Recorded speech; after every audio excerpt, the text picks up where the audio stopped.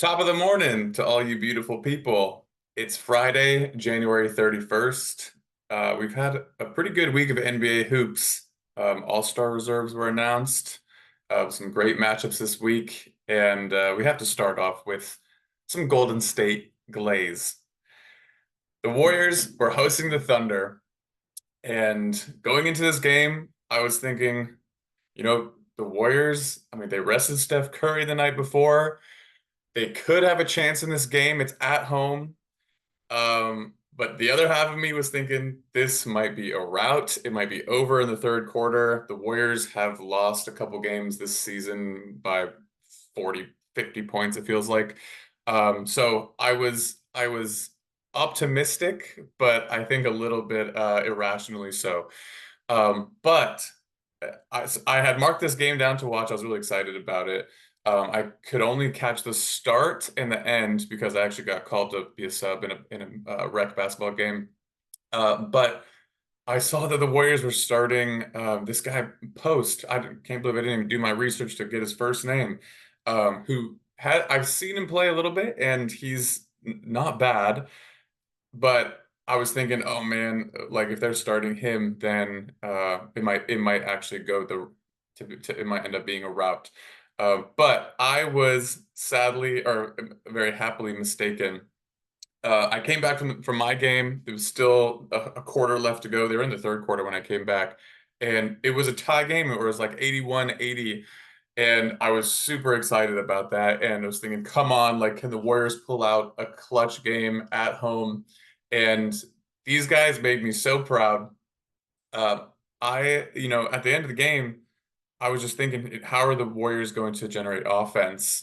Because the Thunder are so good on defense, and like they of course are going to have their game plan against Steph.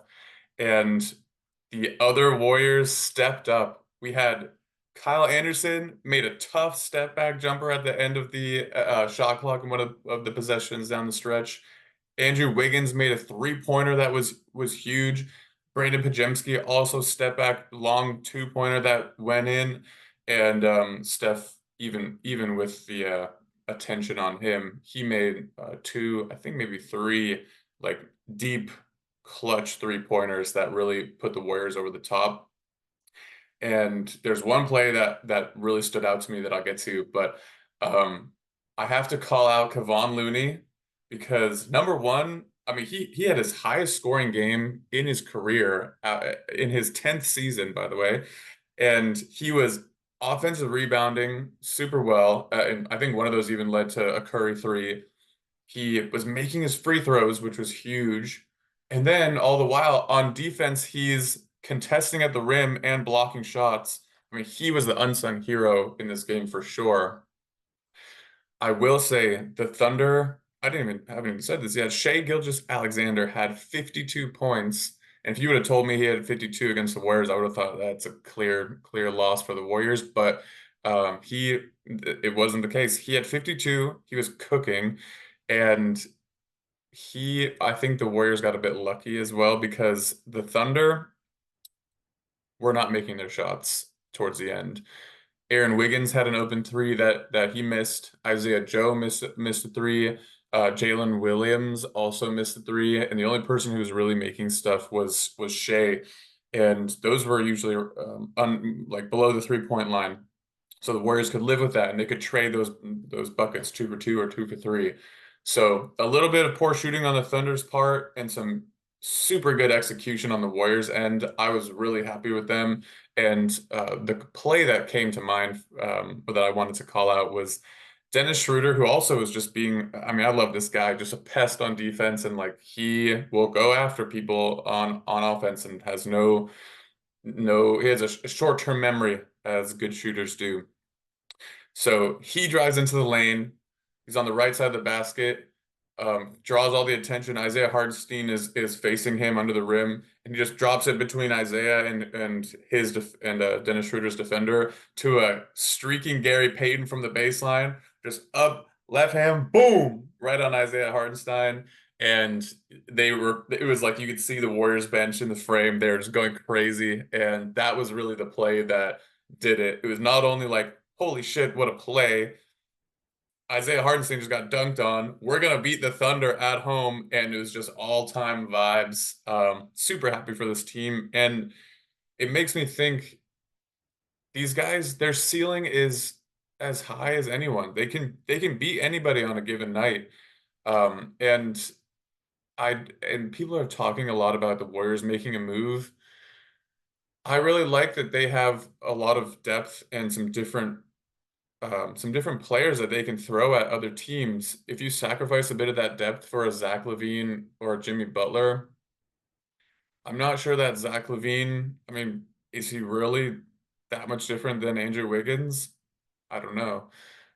They're both bouncy, long, can shoot, and one of them just makes a bit more money. But yeah, I kind of hope the Warriors don't pull the trigger on something like that. And even Steph came out and said, like, I don't think it's making a trade for a trade's sake is the move here. But super happy for the Warriors. They had an amazing game, and we're gonna get to the next game that I want to talk about.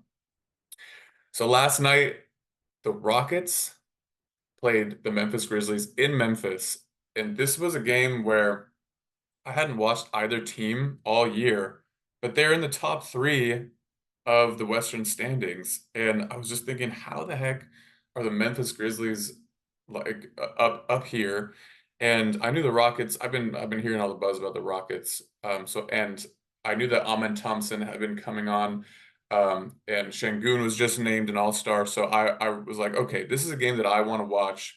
They also have a couple of like ties to each other. Dylan Brooks and Steven Adams having been on the Memphis team before. One second.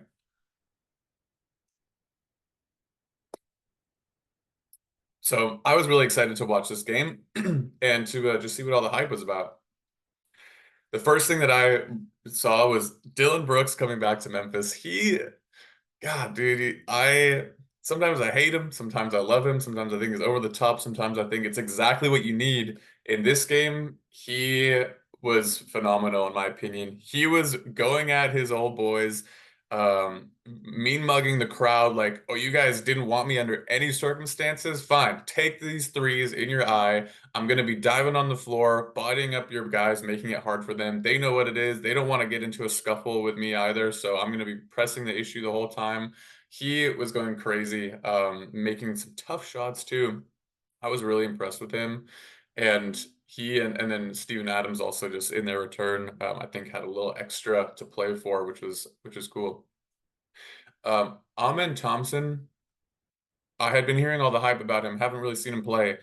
And he started the game like, yeah, he made a couple moves in the first quarter, but then the second quarter is when he really came on. There was, I think, a three-play stretch where he made a mid-range jumper, like dribble move into the middle, just pull up, bang. Next play did the exact same thing. I'm like, oh, this guy can actually shoot. And then the next play down on defense, he gets in the lane, grabs a steal, goes and yams it. And I'm like, okay, yeah, he's long, he's quick, he has good shooting mechanics. So everyone's saying like, oh, if he develops a three-point shot, he's gonna be something to deal with. I think he will develop that because his shooting mechanics look really good. He's in rhythm. He's got the moxie and the confidence. I think that's just a matter of time. Surprised it's not here already. So maybe that's one argument for the opposite case there. But he is also really good at off-ball help like blocks. There's a couple times when he went on defense, someone else's guard is guarding the ball, and that offensive player made a move into the lane. Like there's one where Luke Kennard like shook off his defender and was going to take a mid-range. Amen Thompson comes in from the other side. Boom, get that out of here. There's a time when I think it was Desmond Bane. He also just made a spin move into the lane. Didn't even really see Amen Thompson, and he's going up and to do a little floater. Amen comes in, bam. I think he had 4 blocks in the game, which is really impressive. I love seeing that effort on defense. And yeah, even I should have seen how many points he had in the game. But Amen Thompson really made an impression on me, getting to the rim pretty easily, just flying around on defense. He is going to be someone to watch for a while. turning over to the Grizzlies, couple guys really stood out for me. Um, what's his name? Jaden Wells or Jalen Wells?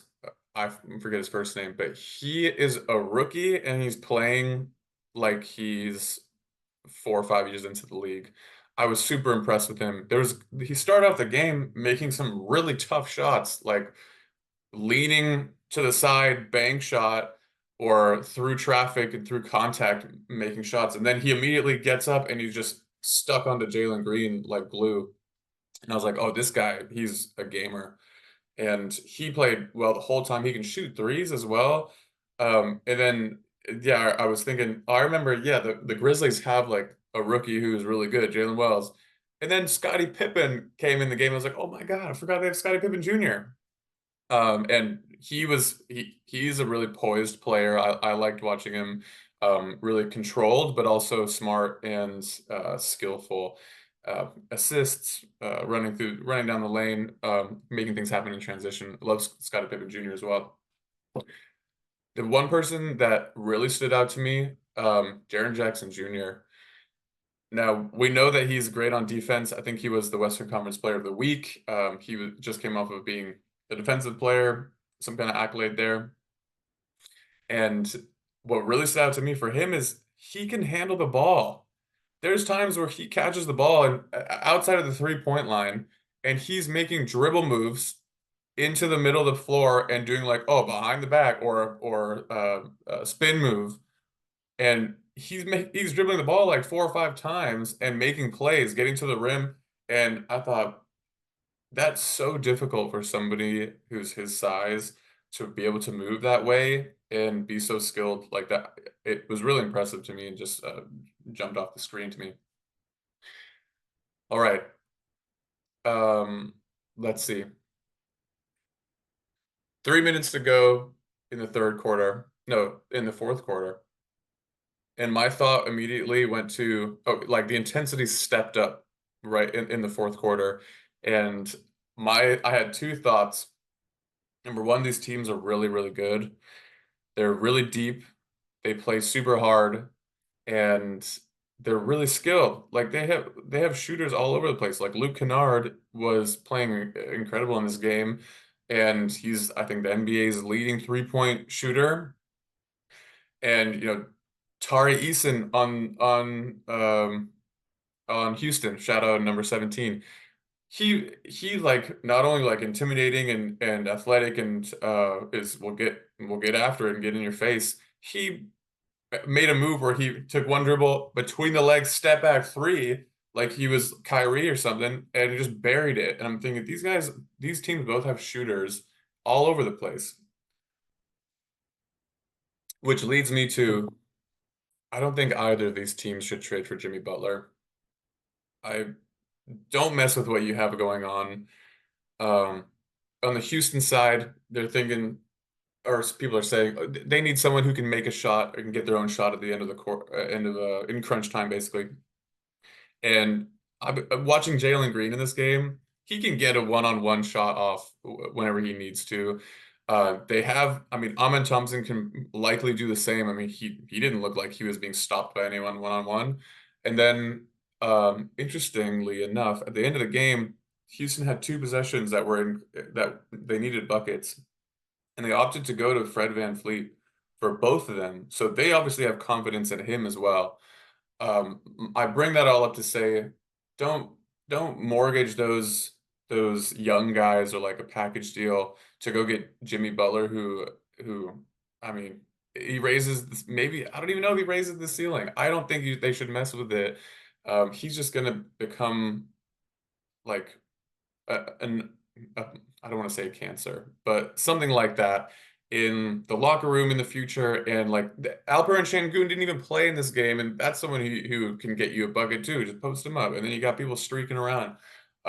So I think that they can solve their problem of needing someone to get a bucket at the end of quarters, and they shouldn't trade for Jimmy Butler.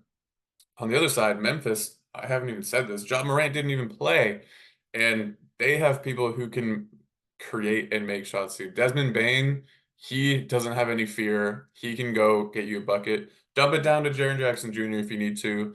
And then John Morant, of course, we know he's not afraid of going at anyone either. So I don't think either of these teams should go after Jimmy. And the last thing I'll say is I'm super excited for, and will be hoping that this is a playoff matchup. I had a good time watching them last night. I would love to see them play a 7-game series. I think it could go either way. I mean, they played 4 times already this season. I think 2 of them were decided by 6 points or fewer. Last night was a really close game, and the first game was a blowout, I think, for a Houston win. But these are really great teams. I understand why they're at the top of the West now, and they are going to be a problem.